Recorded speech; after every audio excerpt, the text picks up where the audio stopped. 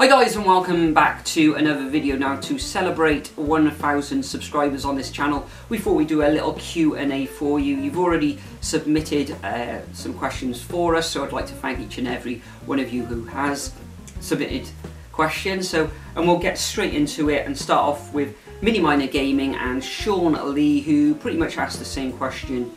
What inspired you to start making videos, and what made you decide to start YouTube? Nathan, do you want to start off? Because I think you started your channel first, didn't you? Well, I was like, oh, this YouTube looks good, so might as well start. Did your friends in school or anything start? Yeah, quite a few. There's quite a few people who uploaded videos in my school, and most, like, I'm probably one of the only remaining ones. Yeah, it was a bit of a fad, was it, a few years ago? A bit of a fad. Someone I know got to about 3,000 subscribers. He stopped. I think it's only me, and I'm a bit on and off at the moment. So busy with schoolwork. Extremely busy. Yeah. Well, from my point of view, I think back in the beginnings of YouTube, around about 2005, 2006, I remember watching, and it was just people uploading very small videos, like a minute each, and then Me at the Zoo was the very first video, of course, and then you could, back in the day then, you could react to those videos with a video of your own. So rather than the comment section, you know, you'd have your videos in the comment section reacting to those videos that content creators put out, and I kind of miss that in a way. But I think it was yourself really, because you had a channel yourself, so in a way you inspired me. But really I was watching a channel called STR Football Skills. I think it's run by a guy called Steve Roberts, I think his name is. Used to put, you know, skills, how to do different tricks with a football, all that sort of stuff. And I thought, well, I could make videos as well. But it took me around about a year or so of procrastination and actually getting my first video out, which was on retro gaming. I like retro gaming as well as football, and football, massive part of this channel, of course, but I'm into kind of retro gaming as well. So yeah, it was yourself and this guy called Steve Roberts, I think, with STR Football Skills. Okay, next up we've got Mini Miner Gaming again. Thank you, Mini Miner.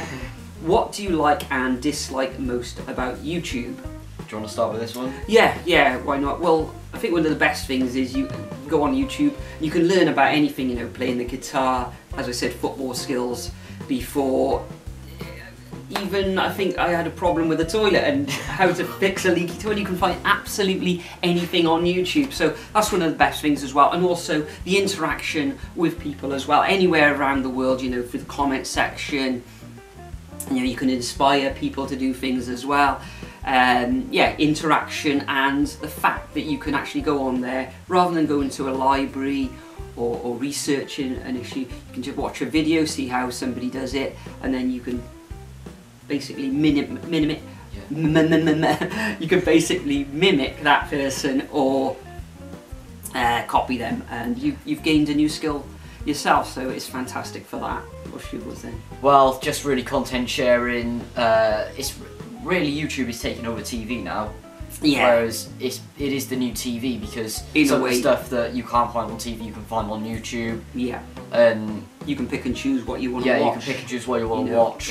Anytime now. It's just evolving, and you can also have more things that you can put on YouTube that really wouldn't be allowed to be shown on TV as well. You can, yes, but that kind of brings us on to the second point, which Mini Miner asks, which is, what do you dislike most about YouTube, and what is your dislikes? Well, one of my biggest pet peeves on YouTube are these clickbaiters and deceptive, those YouTubers who make deceptive content. Now, I'm not going to name any names, but there are certain individuals, and one of them actually had his channel terminated, just like that, last year, I believe, 2017.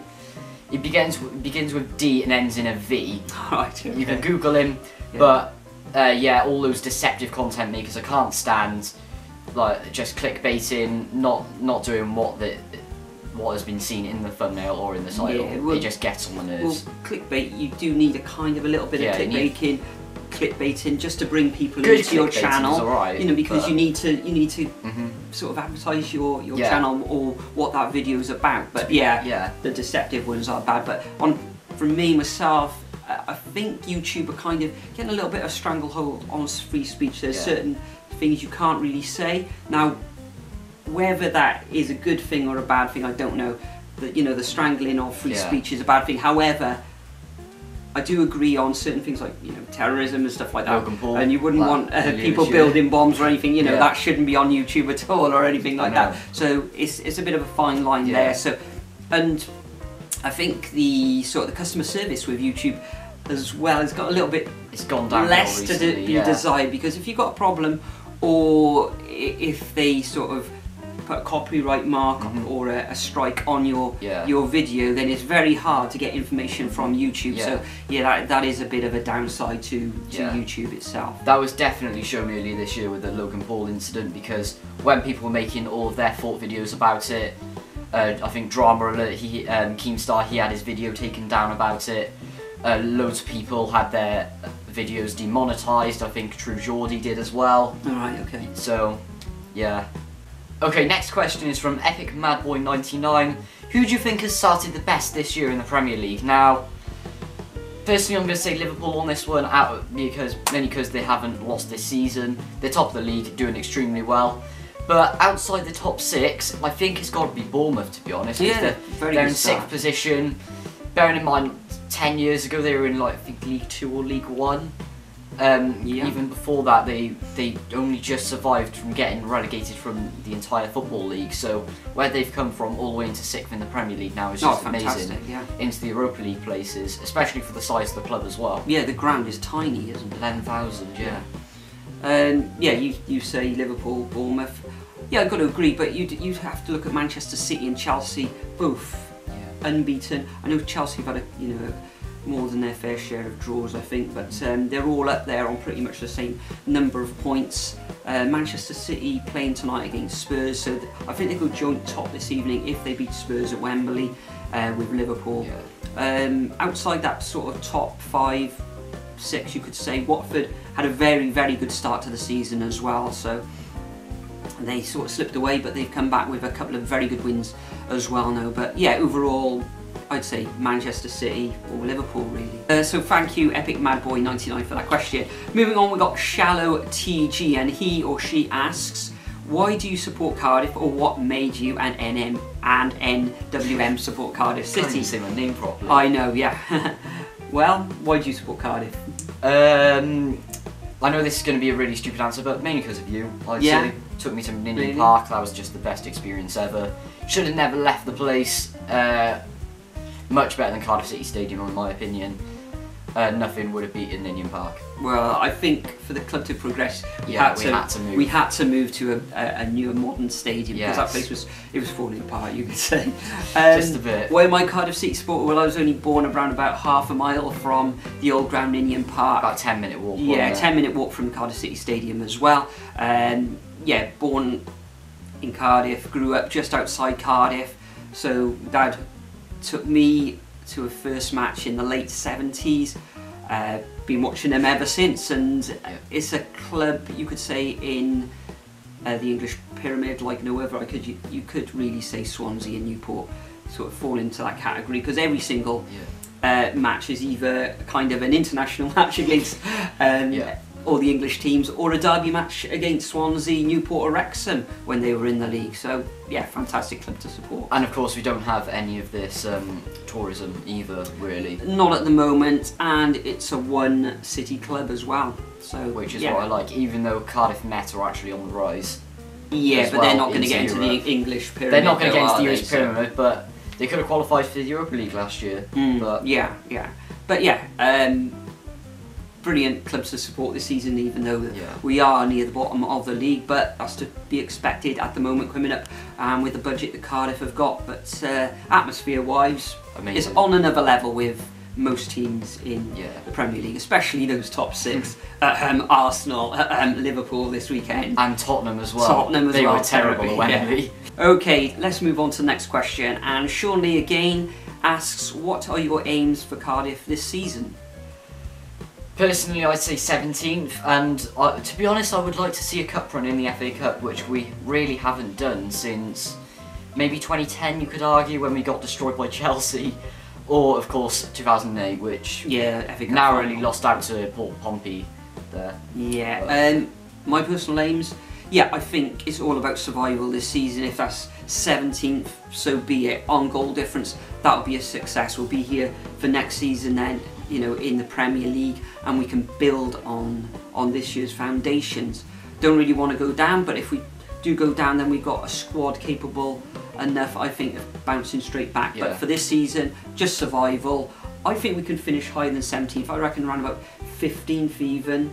Looking at the clubs, you know, like Southampton, Burnley, Newcastle, Huddersfield, Fulham having a terrible time at the moment. But I think, you know, we've got a good enough chance of any of those clubs staying up. So I'd like to see us finish in 15th or 16th. 17th if we are, then I'll be more than happy. As regards with the cup run, as you say, I'd like to see us progress in the FA Cup this season.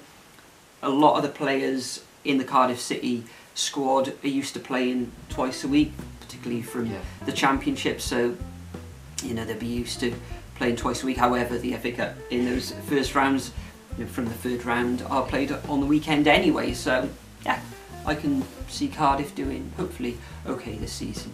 Okay, let's move on to the next question, and that's from James Carson. And James asks, who are your favourite Cardiff City players ever? Well, gotta say Peter Whittingham first of all. At the club for 10 years, should have had a testimonial. His left foot, just a work of magic, really. A wand of left foot, as they say. Magic wand. He probably scored some of the best Cardiff goals of all time. He was pretty much in the first team for the entirety of the 10 years.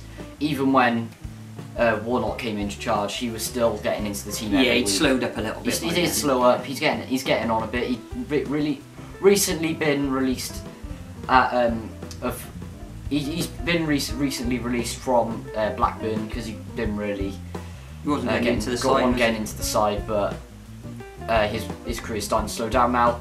Players? Well, really from the 2010 squad where we almost got promoted through the playoffs, I reckon if we would have beaten Blackpool and we would have gone up, then we would have torn the Premier League apart and probably finished. I reckon we would have finished about at least 11th or 12th in that season. Just Bothroyd, Chopra, Berkey, just amazing. David Marshall as well. Yeah, he was such a good keeper.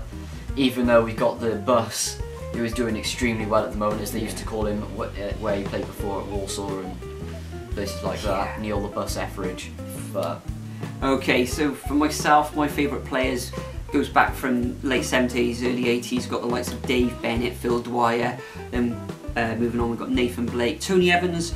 When I first started watching Cardiff, I was very young at the time just to remember him that much. Robert Earnshaw scored an absolute shed loads of goals. Peter Whittingham, if you say, brilliant player, Cardiff for 10 years. And you got likes of Jay Bothroyd, probably one of the best strikers I've ever seen play for Cardiff. He had everything really, and if his mind was on it, he could have been a top player. And then I like Jason Fowler as well in the mid to late 90s. I think he played for Cardiff as well. Graham Kavanagh, Aaron Ramsey, although he only played for Cardiff for a short period. He did come through our youth system though, he did, yeah. Now doing wonders with Arsenal, probably won't be there next season because he looks like he's not getting a new contract. The crazy thing is as well, he was actually younger than me when he actually made his Cardiff City debut as well. So and going back further, I don't remember way before my time, John Charles, Ivor Allchurch, Trevor Ford and Fred Cunha, the captain of the 1927 Cup winning team. But my all-time favourite Cardiff City player is going to be between Dave Bennett and Phil Stant, but I'm going to go for Phil Stant. Brilliant swashbuckling sort of centre forward, had an amazing partnership with Carl Dale in the early 90s. Probably one of my favourite seasons watching Cardiff were in those 92-93 seasons. He was a Falkland War veteran as well, and he had some great songs sung about him. Who needs Cantona when we've got Stantona, or he's white, he's mean, he fought the Argentine Phil Stant. Brilliant player, and great memories of those times and the leadership of Eddie May back then.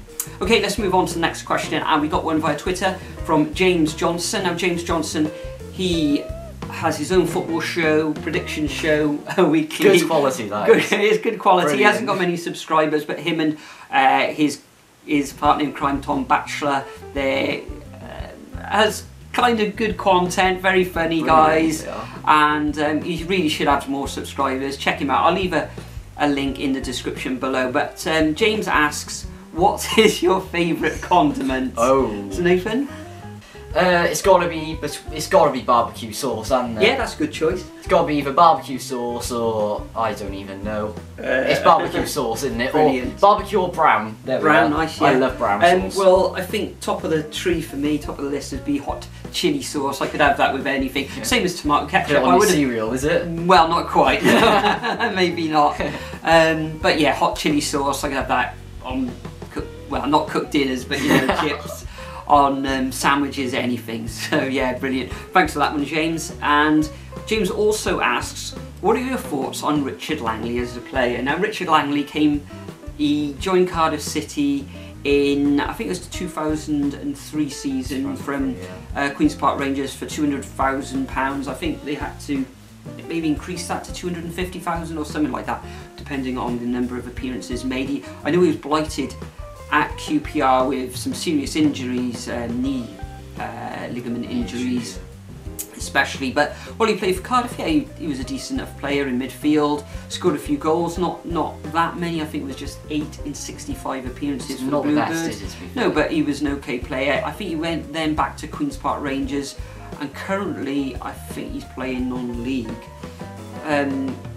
Bit before your time, I think, Richard Langley. 2003, just a and of course I think he was born in England, but he played for Jamaica. I think he played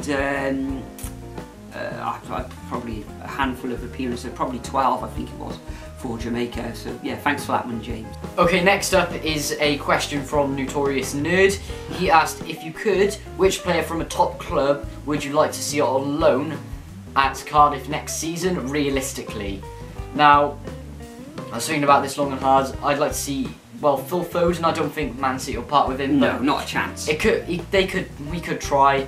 I'd also like to see Loftus-Cheek as well. I think he's a class player. Yeah, I would have said in the summer perhaps, but it looks like he's kind of getting into the side. I know he came on at the weekend, didn't he, and scored. Yeah. So. But the main one, which definitely is realistic, and I think we should definitely try in January, is Ethan Ampadu. Yeah, I agree. Ethan Ampadu would be a good signing. We really need somebody at the back. I know likes of Morrison and Bamba did very, very well in the Championship, and we are leaking goals at the back a lot by our own mistakes. So maybe Ethan Ampadu or even more experienced centre half, really. At front, I'd have liked to seen Troy Deeney come in this season. I think him and Cardiff would have suited each other down to the ground. His aggressive style up front, takes no prisoners. He would have been a great addition. So yeah, Ethan Ampadu and Troy Deeney for me. Okay, next up we got Tom Batcher as well, who's the partner in crime for James Johnstone on their prediction show, and he asks, what's the best goal live you've seen? So, I think Nathan? I think I know what yours is going to be. Right. Cardiff Leeds. When was it? 2000? No, that was probably one of the most celebrated goals when I was on the terraces. But no, go on. Limbs everywhere. But what was your favourite, or has been your favourite goal you've seen live? Either for Wales, I suppose, or any other team. Well, this is tricky. Peter Whittingham volley. That was brilliant. Oh, he's had quite a few volleys, free kicks. Whittingham's had many goals where he sort of flicks it onto one foot and then bang from outside the box. That was one of my favourites. Also Chopra's last late goal against Swansea as well at home. Yeah. There were limbs everywhere then as well. That was a brilliant day out. Another one was Big Ben scoring in extra time at the Carling Cup final. That was amazing. That's right, to draw through them. Yeah, penalties which we should have won. There have been many goals. Okay, well my favourites... But it's got to be Peter Whittingham. Peter Whittingham, okay. Peter Whittingham's volley. Fantastic. Okay, mine has been, well... I've forgotten one. Yeah. Mark Hudson over the halfway line against Derby County. Oh, that was fantastic. That was beautiful. And that was further back from David Beckham's or players who have scored from their own half before. Yeah, they still give David Beckham more credit, even though it was closer to the goal than Mark Hudson's, even though my person's was deserved. Okay, excellent. Well, my personal favourites, you know, like Peter Whitnam, you say I've had some. Nathan Blake scored some tremendous goals when he played for Cardiff in the early 90s. One against Stockport County was fantastic, which was better than I think everybody talks about the Manchester City goal, but I thought that one was better. Also, Glenn Hoddle. I was at Glenn Hoddle's last game before he moved to France and Monaco, and that was against Oxford, where he just put the keeper on the floor. And then just nonchalantly put it back into the back of the net. But my favourite Cardiff City goal of all time, I think, that I've seen live, is Jimmy Gilligan. I can't remember who it was against, but he juggled the ball from about 25 yards out. He must have juggled about 4, 5, 6 times, and then just twisted and volleyed it, rocketed it into the net. It was a brilliant goal, and I was in line with that. It was only a few thousand in the stadium, probably about 4,000 at a time, but it's fantastic. If you ever see footage of it, then yeah, brilliant goal. And Tom also asked as well, if you were to buy furniture, where would you go and buy? Personally, I go to Benjamin Interiors in Cardiff. They have a great range of furniture, not this shoddy sort of, well, I shouldn't really say places like Argos or IKEA, places like that. IKEA is from IKEA, where you're yeah, well, that's right, but you know, it's functional. But if you're going for some decent quality, Tom, I'd go to Benjamin's Interiors in Cardiff. Well, I'd actually go to FW, which is actually next door to Benjamin's Interiors in Cardiff, because this is where we bought this lovely sofa from. Right, okay. Right here, and it's just amazing. Bit of free advertising for those. By the way, they're not sponsored either. No, not at all. I think you've probably mentioned in your poster on your videos IKEA, but IKEA is hell on earth for me. Absolutely hate the place. You know, it's like zombie. People walking around that place, eyes closed, zombies. You've got to follow this track around it, or they want you to. And the food in there, the sausages are absolutely disgusting, even though they are like 5 pence per roll. But yeah, I could have a whole video on IKEA and how much you hate them. Yeah, but we'll leave that for another time, I think. Your thoughts on IKEA quickly? I think they're alright. They do some good stuff. Yeah, ice creams are okay, and that's about it, I think. I like the meatballs. Right, they're okay. alright, even though you absolutely despise them. No, not good. Okay, that's enough of home furniture. Let's move back onto the football and the questions. And we've got Smithy the Hammer. Always seems to comment on the videos or makes his predictions anyway. And he or she asks, how much do you like or hate the international break? I hate it. Ha ha ha. It depends who you are really. Because, for example, if you're sort of a fan who doesn't really go to international games, so many people who live in the north of England who may have to travel down to Wembley every week to see their team, see England play, then I can understand why you don't like it. Personally, I'm a big fan of the international break. I might get a few comments in the comment section about this, but mainly because really, if you didn't have the international break, you'd have all these players from the clubs go in to play for their countries, and then you just wouldn't have fair competition. So, sort of Cardiff, you don't have many players who play for international clubs. I don't know, there's about 5 or 6, isn't there? There is about 5 or 6, but then when you play against like teams such as Man United in the game week, where all the players are on international duty, then it might be a bit unfair. It's the preparation, isn't it? Yeah, it's the preparation of the games, but it depends who you are really. Personally, because we live in a capital city, or just outside, about 45 minutes out, we're able to go.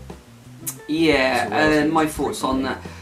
International breaks, I'm not a fan of them as such. I do like international football. I love going and watch Wales play, and we, you know, a good position that we do go and watch the majority, probably most 99% of the home matches for Wales. So watching Wales is brilliant, what it has been for the last few years anyway. I can see why people don't like the international break. Well, I'm not really a fan of the international break, as in that it's 2 weeks before the next Premier League or Football League, as it was in the Championship when Cardiff were there. So there's that somebody singing outside. So there's that 2 week where there's no Premier League football, so things like fantasy football and all that sort of stuff takes a break. But you do have football on the side, so I can see why people aren't a fan of it and others are. But personally, yeah, I love the international the international football rather than the break, you could say. So let's move on to the next question anyway, and this one comes from Brad Cowell, and he asks, who is your favourite Cardiff player and why? Now we've already answered that, Cardiff player of all time. This is, I presume, is for Cardiff current player. Currently, gotta say, even Neil Etheridge, big fan of him. Also like Callum Paterson, doing really well. Josh Murphy, prolific Premier League player, definitely proven up in that level. But to be honest, Victor Camarasa, bags of potential. 24 years old, I believe, a bit maybe even younger. All known from Real Betis. If we stay up, I think we might be able to sign him permanently. I'm not sure. I think he's going back to Spain, but hopefully we can sign him. If we can, it might cost us about 25 million, but he has bags of potential. Yeah. He could be a first team player for the likes of Man City, Man United when he's I don't think he's that good. When he's a bit older, I'd say. Maybe at Everton or someone like that. Yeah, personally my favourite, as you say, Camarasa. I love Camarasa. His style of play, I think that, you know, a lot of people in football think Cardiff this kick and rush team, but the likes of Camarasa in there, and as you say, Josh Murphy. But Cardiff can play football as well. We have played Fulham, and Fulham are terrible. They're known for their good play, but Cardiff outplayed them football wise. But yeah, Camarasa. But I love Callum Paterson as well. Bought as a right back. Warnock didn't. Well, I think originally he started as a striker when he was playing back for Hearts. Hearts, yeah. So he's playing up front now. He's played in midfield as well, but he does his good celebrations when he scores goals. His fortnight celebrations, or even though I can't stand celebrations. It's got to be Patterson for me, followed by Camarasa. Okay, moving on to the next question. We've got Dan Bateman, and Dan asks, if you could sign one player from Southampton, who would you sign and why? To be honest, I'll probably sign either Nathan Redmond, Manolo Gabbiadini, before pre-Southampton when he was actually really good. But really the main player, when he played for Napoli, I think. Was it? I think he was Napoli. Really prolific in front of goal then. But the main one is got to be Vestergaard, the 6'5" lump that they have in defence. Yeah. Gotta be. Yeah, and Southampton don't concede that many goals as well, so it'd be ideal for Cardiff. Personally, I'd like to see perhaps Danny Ings or even Charlie Austin. We really do need a striker at Cardiff, proven striker. That's why I said Troy Deeney in one of the earlier questions answers. But yeah, for me, Danny Ings. We need a goal scorer. Okay, next question is from Fling Simeon. I don't even know. Kill us in the comments if we got that wrong. Yeah, Simone. He says, who do we think will win the Champions League? Now, I think it's going to be between about 4 or 5 teams. They are PSG, Man City, Liverpool, Juventus and Atletico Madrid. Maybe Barcelona, but I don't think they're going to win it this year, mainly because I just don't think they will, to be honest. I reckon it's probably going to be PSG versus Man City in the Champions League. I think Pep is going to want them to push for Champions League glory this season since they've never won it before, but mainly because of the extreme form of Kylian Mbappe at the moment, who's projected to score over 50 goals. Superb player. The way he's going, and he's like he's only a couple of years older than me, which is crazy, but I think it's going to be PSG this year. PSG. Interesting. Personally, I think it's going to be Barcelona. Really? You'll have to, yeah, I think they're coming good now in La Liga. Hammered Real Madrid, was it 5-1? Yeah, but Real Madrid, gotta be honest. Real Madrid this year, terrible at the moment, but yeah, in Europe, I think they're turning the corner as well.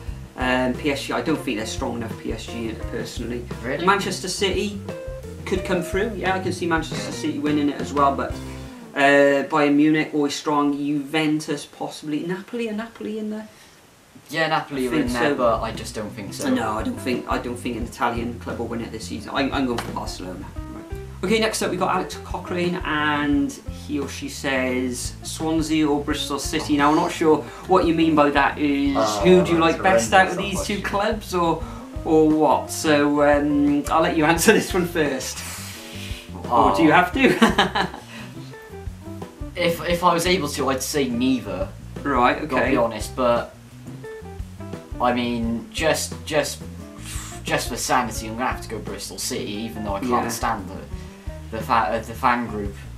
But it's gotta be. Sorry, Bristol fans. It's gotta be just everything about Swansea is just I just don't like. All right, okay, we'll leave it like that then. Yeah, myself, Swansea or Bristol. Well, Swansea are Welsh, I suppose, so maybe I'm heading that way to Swansea. But there's certain things in the past where Swansea and Cardiff have clashed, particularly on the terraces and on the football pitch and all that. So, and there was one particular game back in the early 90s which leaves a massive sour taste in my mouth. So Bristol City, been to their ground, Ashton Gate, years ago now, and yeah, not the biggest fan of Bristol City either. Just when they had riot police at the stadium. Yeah, however, years and years ago, I know when Cardiff didn't have a home match, then they'd go and watch Bristol City play on those weekends, which seems strange now. I'd have to sort of side with the Swansea just, but I want them to get beat every week anyway, so Swansea just a smidgen. Okay, moving on, we've got Mini Minor Gaming once again, and he says, realistically, do you think Cardiff have enough to stay up this season? Definitely, there are much worse teams. There are teams in the league that are much worse than us, in my opinion, that we should really be beating, such as we destroyed Fulham. Yeah. You got the likes of Huddersfield, maybe Southampton, you could say. Newcastle are just finished. In a mess. Yeah, they're in a mess, unless Mike Ashley leaves. But they could, I've got this feeling that they're going to turn it around. I don't think they will if Mike Ashley's still there. Okay. From myself, yeah, Cardiff definitely got enough to stay up this season, realistically as well. We've played all of the top clubs apart from maybe Manchester United. I know we've got Leicester coming up soon next week, hopefully, if, well, we've seen what's happened this weekend, terrible stuff, but I know Watford are in good form as well, but we've played, as I just said, all the top clubs apart from Manchester United.